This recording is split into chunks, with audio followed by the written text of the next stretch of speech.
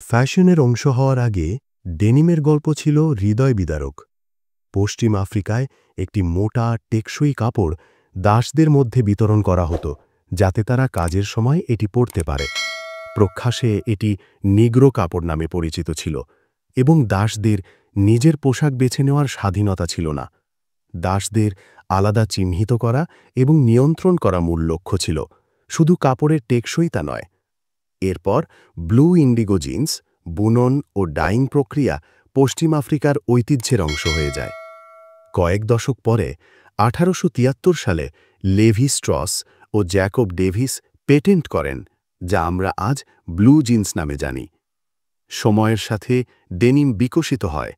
কাউবয়রা শ্রমিক, শিল্পী, কবি ও সঙ্গীতজ্ঞদের দৈনন্দিন পোশাক হয়ে ওঠে। আজ ডেনিম সর্বত্র, কিন্তু প্রতিটি সেলাইয়ে লুকিয়ে আছে এক ভুলে যাওয়া ইতিহাস। আমরা কেবল স্টাইলের জন্য নয়, বরং তাদের ঐতিহ্য স্মরণ করতে এটি পরি।